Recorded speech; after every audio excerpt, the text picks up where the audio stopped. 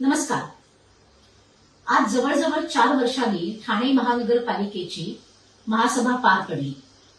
15 दिवसापूर्वी मी या महासभेसाठी काही प्रश्न विचारले होते की 2023 ते 2025 या काळामध्ये जेव्हा प्रशासनाच्या हातात सगळा कारभार होता तेव्हा राज्य शासनाकडून किती निधी ठाण्यामध्ये आला आणि कोणती कोणती विकास कामं कोणत्या कोणत्या भागात करण्यात आली, आणि त्याची उत्तरं मला आज मिळणं अपेक्षित होतं. कारण त्यांची मला जी लेखी उत्तरं आली त्याच्याप्रमाणे गेल्या 3 वर्षामध्ये राज्य शासनाकडून ठाण्यासाठी 2582.41 कोटी इतका निधी राज्य शासनाने ठाण्यासाठी दिला होता.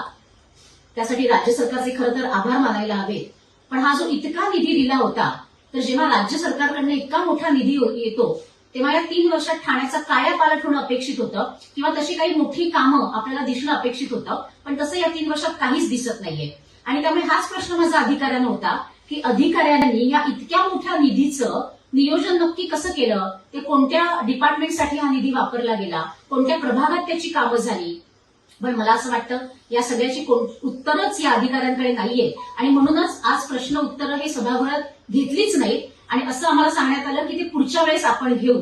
म्हणजे आमचा आवाज दाबण्याचा तर प्रयत्न केला गेलाच, पण उत्तरच नसल्यामुळे कदाचित हे टाळण्यात आलं असा माझा आरोप आहे. आणि 2582.41 कोटी इतका मोठा विकास निधी जर ठाण्यासाठी येतो तर ठाणे शहरामध्ये तशी विकास कामं झाली का, याच्यावरती आता खरंच म्हणजे प्रश्न विचारावा असा वाटतोय. कारण या निधीचं नक्की काय नियोजन झालं, काय केलं गेलं, हे ठाणेकरांना आणि आम्हाला लोकप्रतिनिधींना हे कळलंच पाहिजे. त्यामुळे येणाऱ्या सभेमध्ये मी हे प्रश्न पुन्हा विचारेन आणि जर अधिकाऱ्यांनी मला उत्तरं दिली नाहीत तर असंच म्हणावं लागेल की ह्यांच्याकडे या सगळ्या प्रश्नांची उत्तरच नाहीये. त्याच्यामुळे जोपर्यंत मला उत्तरं मिळत नाहीत हे प्रश्न मी विचारतच राहणार.